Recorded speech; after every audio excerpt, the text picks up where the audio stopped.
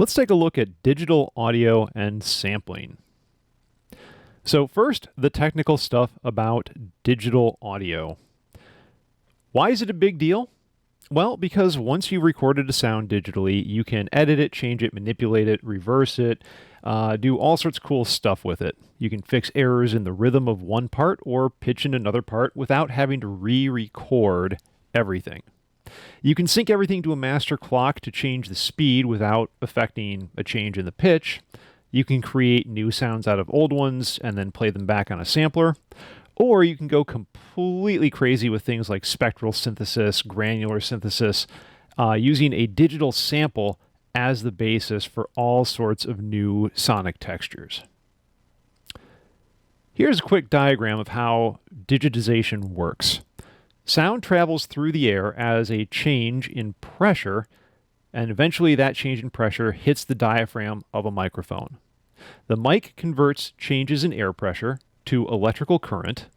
Then that current goes down the mic wire to the analog to digital converter inside of an audio interface. The analog to digital converter samples and quantizes the amplitude, the instantaneous change in air pressure, which we perceive as volume, every set number of times per second, and there's a variety of those. Then, knowing this sample rate and how many measures of amplitude have been taken per second, the computer lets you edit this digital audio data as recorded sound, and then will play it back using a digital to analog converter. So let's talk about sampling and quantizing.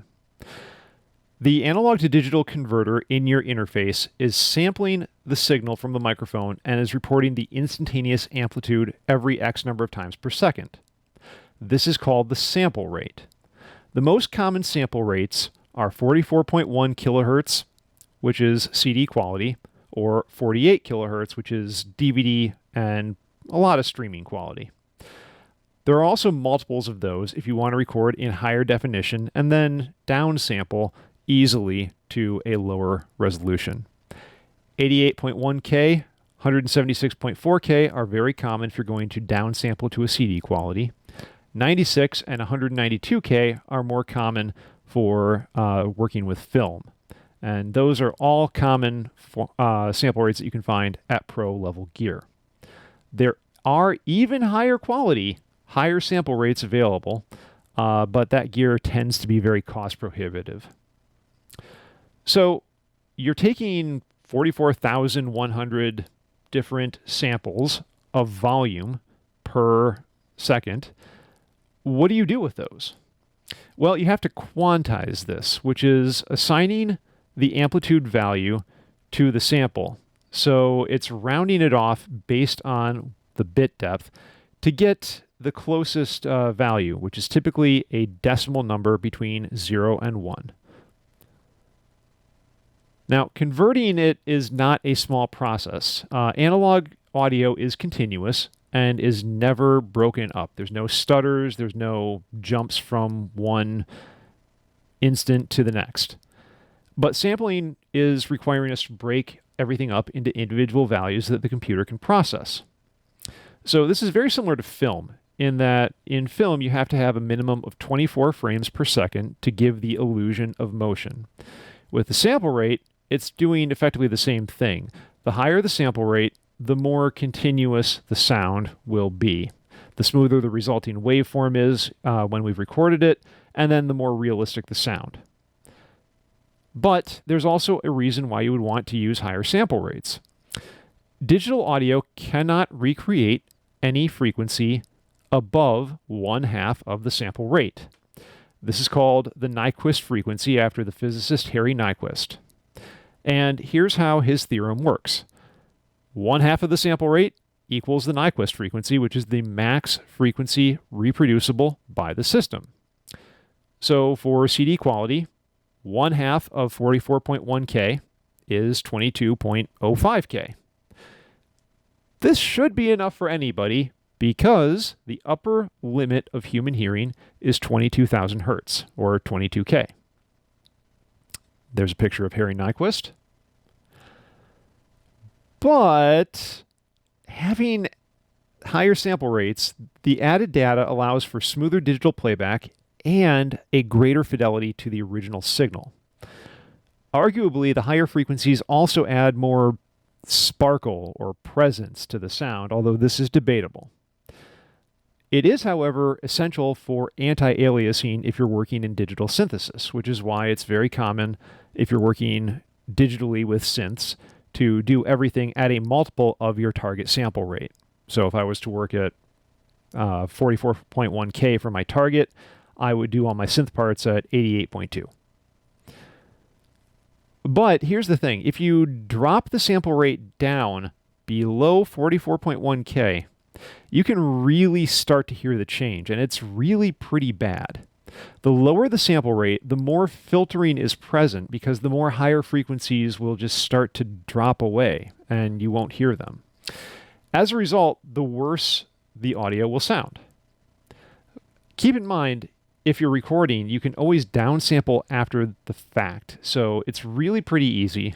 So in general, I recommend when you're recording or working with digital audio to always do at a minimum 44.1K. Here's a pretty good graph that shows the process. On the left, we have the analog waves, and at the right, we have the digital result. You can see that letter A is a low sample rate, letter B is a medium sample rate, and letter C is a high sample rate. As we increase the sample rate, the number of points on both the left and the right increase, meaning that as we go from low to high, there will be less of a jump in amplitude levels between the individual samples, which will result in a smoother sounding final product. So this quantization is taking a value of each sample captured by the analog to digital controller and assigning it a binary value. Typically, this is going to be 0 to 1, but we normalize it as -1 to +1. -1 is telling the speaker to pull back, and +1 is telling the speaker to push out. So giving it a range of pushing out, pulling back in order to vibrate to create changes in air pressure that we hear as sound. The bit depth is controlling the value resolution for the amplitude. Higher bit depth is better, and you hear a higher dynamic range from the loudest point to the softest point. So if you have a value that occurs somewhere in between values that the system can reproduce, it will round it to the nearest value. In general, though, you're going to be working with digital audio. You'll have at least 16-bit for the bit depth, which is 65,536 possible values. And nowadays, it's considerably more common to work at 24-bit, which is 16,777,216 discrete values for amplitude. Of course, you can go even further with some programs allowing native 32-bit resolution, but that depends entirely on having the software and the audio interface that can actually handle that. As you can see here, the higher the quantization level, the more accurate the resulting waveform will be in terms of describing different levels of volume at different points in time. So, very important stuff. But let's look at sampling in action. We've already talked about the first way to do this, which is to record audio digitally. The analog to digital converter will convert the instantaneous amplitude of a sample from a mic into digital data, as we've discussed. So let's take a look at that, and then let's take a look at number 2 as well. Recording a sound to be played back on a sampler. This is the second most common type of sampling, where you record a single note of an instrument, and then you put it into a sampler program or a hardware sampler, and it will automatically map out everything to every key on the keyboard so that you can play back, say, the part of a French horn when you don't have an actual French horn player in the studio. It's very common when doing mock-ups and is very, very useful.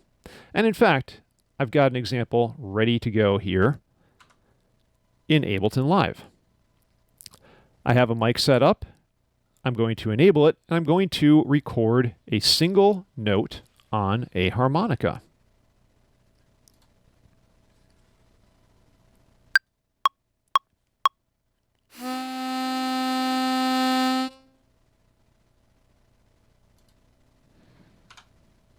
Okay, so we have a single note. I can load that up into a clip. I can take a look at that. Let's edit it, increase the gain so that it's a little bit more useful. Then we're going to do a little bit of edits to it to crop everything on either side of it.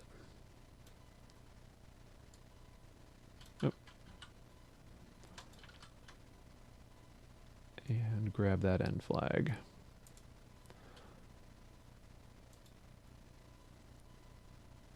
Okay, and just a little bit more.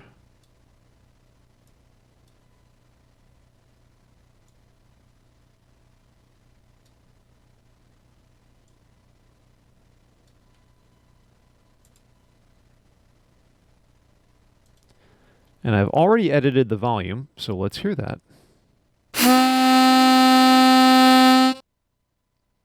Okay, not my best performance, but I'll take it. Now, I could do other things with this as well.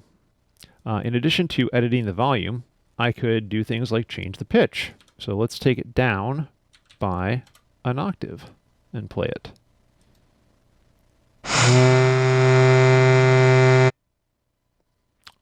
Pretty good so far. Now, keep in mind, I can also run this into a sampler. So I'm going to load a sampler up. Now I'm going to drop my audio file into the sampler.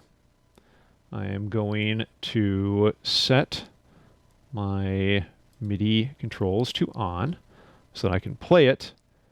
And now I need to set my root key. So I know that this is middle C and that is C3. So I've got that set. Now with the sampler, I can play it across my keyboard.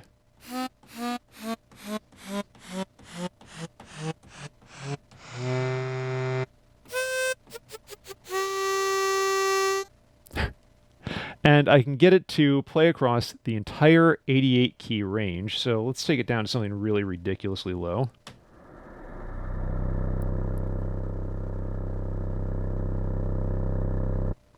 A little on the quiet side. I may have to bring that up so you can hear it. But very, very cool, very useful. I have all sorts of other different modes I could play with. I could, of course, take it up the opposite way and make it really loud. I could play chords. I could even play chords that are not possible to play on a harmonica.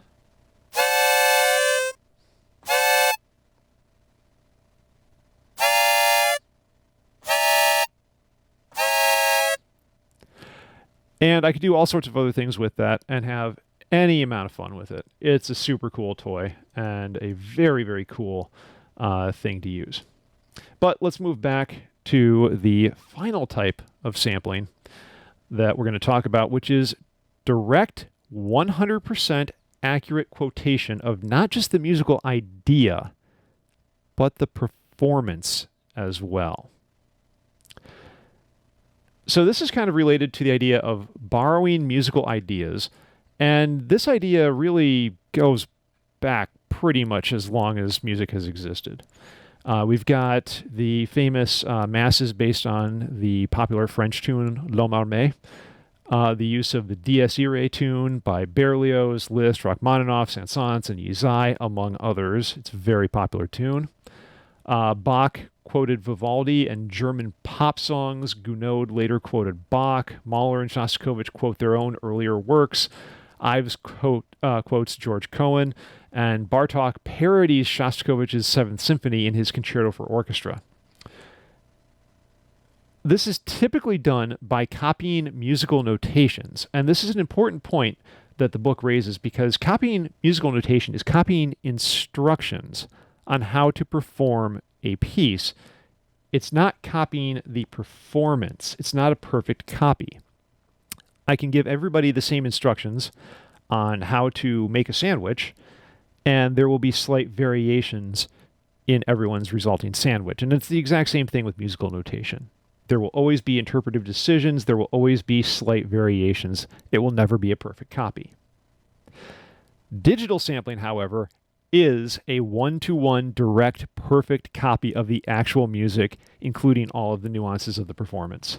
This includes things like room noise and reverb, volume fluctuations so small the ear can't perceive them, interpretive decisions like pitch bend or vibrato, groove or swing that isn't or can't be notated. Effectively, it is the performance. It would take thousands and thousands of instructions for a performer to recreate it, if that were even humanly possible. Most humans would never be able to do that, but a computer can just copy everything over perfectly with no losses. Similarly, direct digital sampling like this is serving a very similar role to quotations in a paper. It's directly referencing another work that can be used to bolster an argument or elicit an intellectual or emotional response from the listener if they know where that sample is coming from. So let's look at 3 case studies that are discussed in the book and how sampling is used in those. The first one is Not Just More Idle Chatter by Paul Lansky. This is a 1988 piece that uses linear predictive coding to manipulate the speech of Lansky's wife reading the dream chapter from Jane Eyre. This creates musical textures that sound like language, but they aren't. He's stripped everything down so that no individual segment or phoneme of speech is long or distinct enough to be understood. You can sort of pick out individual phonemes by squinting your ears, but if you do that, you're not going to hear the fact that he's creating melody and harmony parts that are created throughout, that these streams of phonemes are moving up and down in pitch and in rhythm as well to create musical material of melody and harmony. Now, Lansky in the book describes some very interesting ideas on this. For him, the idea is that the listener becomes the performer and reinterprets the work every time they hear it by focusing on different speech segments or aspects of music. That sometimes you'll hear it and you'll think, oh, that was almost a sentence that I understood. Other times you'll hear, yeah, there's 4-part harmony going on. Other times you'll hear interesting rhythmic things. Other times you'll think maybe it's in Japanese this time, or maybe it's in Dutch. But every time you hear it, you'll have to approach it with a new perspective based on where you are in life, past cultural experiences, how you're feeling that day, if you've had enough caffeine or not. Case study number 2 is a bit more interesting. Whereas Lansky is playing around with sound as an object and is not too worried about that direct one-to-one result, but is using it more in the sense of sampling case number 2, Fatboy Slim is doing direct one-to-one copying here in his song Praise You. This is a 1998 track by Fatboy Slim that begins with straight female vocals with very little added to it or harmonizing it. Then it begins to stutter, revealing that it's a sample. It continually is decontextualizing and recontextualizing the voice through its, showing the listener that this is obviously a sample, or is it? It's confirming and confounding expectations of sampling while raising some pretty serious issues. And that comes from the fact that it's taking the first 20 seconds of Take Yo Praise from Camille Yarborough, which is her unaccompanied singing voice. And here's the problem. The sampling of Yarborough's piece was done without her permission, and the result is dramatically different from the original. Take Yo Praise is written during the end of the Civil Rights era and is a complex, multifaceted song that is both serving as double meaning for African American empowerment and the Civil Rights Movement, and is also a highly sexual tribute to the man in her life at the time. Conversely, Praise You is removing any type of message. It's stripping out the rest of the lyrics of the song. And it's just repeating the hook about praise you like I should. That's it. Even Fatboy Slim himself admits that it's not a deep track. It's just a party track in his own words. Which is why in the book, Katz has described this as digital neutering. That Yarbrough's voice, which is very, very clearly a female voice on Take Your Praise, becomes almost androgynous on Praise You as a result of time stretching and artifacting. It's hard to tell if it's a man or a woman. Removing the rest of the lyrics removes some of the eroticism or the empowerment from the original. And as a result, the voice is just this free-floating idea or signifier that lets the listener project it with their own interpretations of the singer's gender, orientation, and message. Is it heterosexual or homosexual? Is it a male or a female? Is it some other reference? What is it? What is it about? All of these have been taken out of context. Now, this resulted in a really pretty significant blowback against Fatboy Slim because there are immediate questions of the appropriateness of his sampling without permission because he is white, rich, British, and male, whereas Yarbrough is black, middle-class, American, and female. As with a lot of borrowing, this raises the question of cultural appropriation and the whitewashing of black culture, which has been going on, well, frankly, for years. This is how the blues and jazz were co-opted. The blues became a staple of a lot of parts of country music and rock. Jazz, of course, helped to further American popular music, but it was taken over to some extent by white performers at the early beginnings of jazz to make it palatable to white audiences. And then, of course, rock and roll developed out of the blues and was initially created by black artists, but then was, again, taken over by white musicians to make it palatable to white consumers. So is this another whitewashing of black American culture? Well, the response is interesting because Fatboy Slim proactively gave Yarbrough co-composer credit and a whopping 60% of the royalties, which is insanely generous. For sampling with permission, you generally don't exceed a 10% royalty share. So this is huge, but it may be because Fatboy Slim has previously been sued by Pete Townsend of The Who for using I Can't Explain without permission, which resulted in Townsend getting full credit and 100% of the royalties. But the most important response is Yarbrough's herself. She was actually pleased with how her voice sample was used in Praise You. It led to a renewed interest in her work and a release of her album, The Iron Pot Cooker. She has said that she finds the royalty proposal that she was given to be extremely generous and is happy that her music is reaching a new generation of fans. Does that make it okay? I don't know. It's honestly an open-ended question, and it's a very difficult one to answer. But let's take a look at case study number 3. Fight the Power by Public Enemy. This is a classic of 1980s hip-hop. It is samples on top of samples on top of samples with a partial list of artists including Thomas N. Todd, Africa Bambaataa, Bobby Bird, James Brown, George Clinton, yes, with Funkadelic, the Jackson 5, Sly and the Family Stone, Trouble Funk, and even more. You can go on to Who Sampled and take a look at it. I believe it's over 40 different samples. The use of looping and playback of combined loops of samples is really interesting because it blurs the line between performer and machine. Almost all of the samples they're using are less than 1 second long.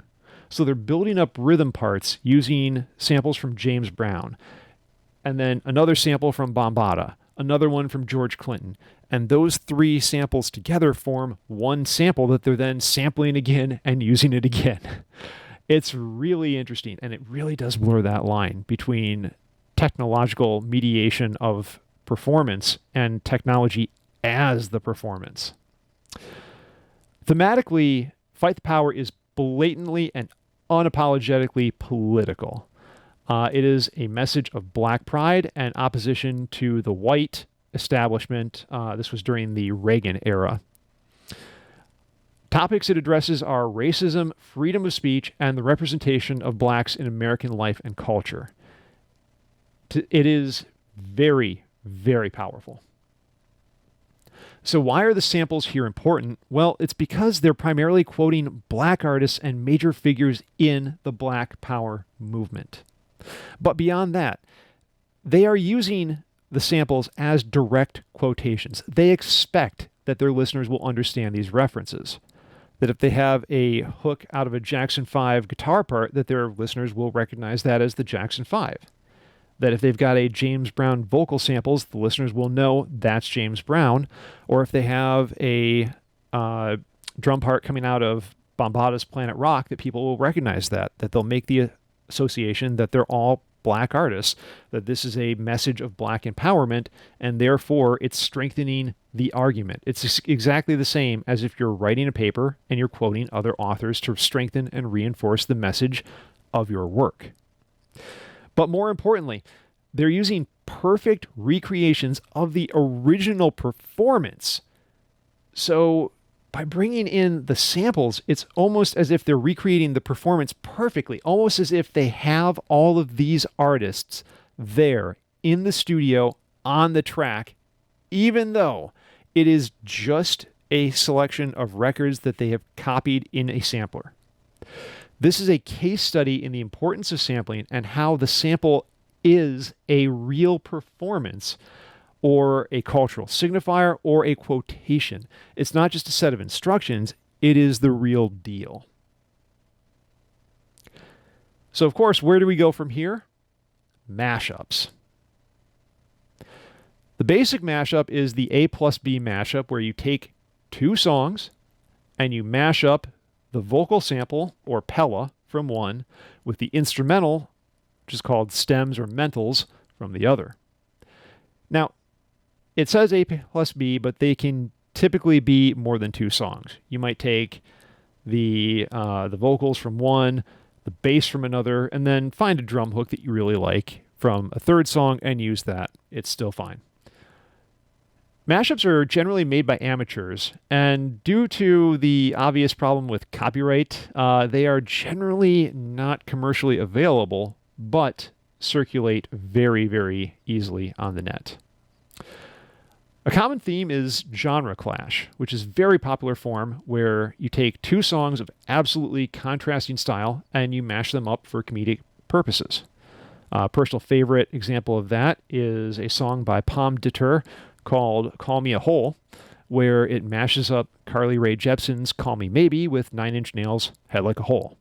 You can find it on YouTube, and I highly recommend it because it's pretty funny, but also because it really works well. But this history of mashups goes back very far. We talked about quoting with musical notation. That is based on the idea of code libet, which is Latin for anything goes, and is very common in classical music, where you demonstrate humor and virtuosity by inserting musical quotes into serious pieces. This is most famously done in Bach's Goldberg Variations, where he quotes two songs, Kraut und Rüben and Ich bin so lang nicht bei dir geweißt, which were two popular drinking songs of his day in Variation number 30. Charles Ives famously quotes Dixie and My Old Kentucky Home in The Things Our Fathers Love, and you can find all sorts of other examples. Alban Berg's Violin Concerto includes two folk songs and a waltz, even though it's a piece that is very, very famously known as being about death. But mashups as we know them developed in the 70s and 80s with the rise of tape culture and the easy ability to spread ideas and music on tape cassettes.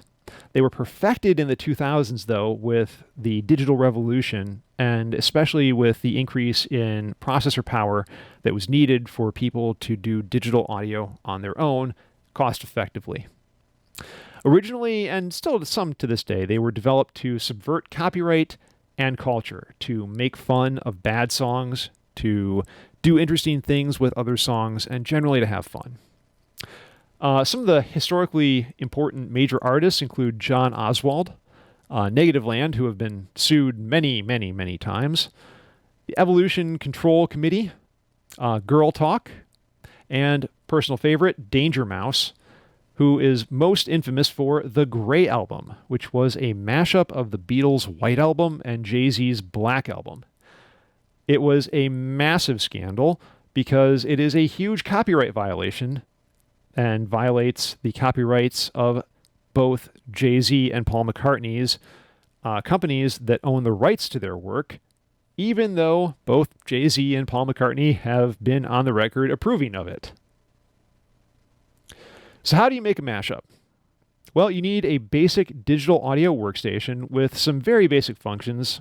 For example, the ability to change the timing of a clip to ensure that everything is in the same time signature. Then ensure that they're in the same key with just a little bit of pitch editing. Beyond that, they are surprisingly hard to do well. You have to figure out what parts work, what you're going to repeat, what the hook is going to be from one song, what the other part is going to be from another, and then you have to spend some time kind of planning and experimenting. There are a lot of internet-based forums. There's a huge committee, so there's a lot of jargon, but what you'll need to know for the book is that stem or mental is the instrumental. Pella is a shortened form of a cappella, which is the vocal part with no instruments. OOT means it is out of tune, and OOK means it is out of key.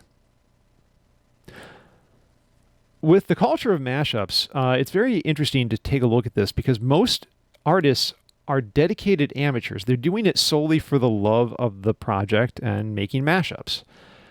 And even more interesting, a lot of them don't want to be called or consider themselves to be composers. Most of them have day jobs and will tell you they're just doing it for the lulz. That said, they have some really interesting terms that they use for themselves. A lot of them prefer the term bootleggers.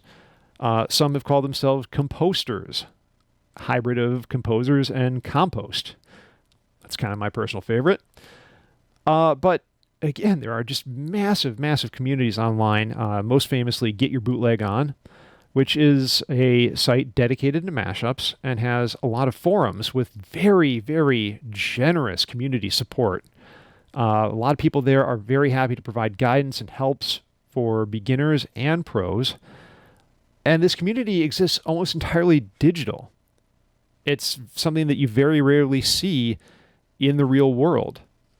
But it's a fascinating use of manipulation of existing works that create new ones, and one of the most interesting parts of the chapter.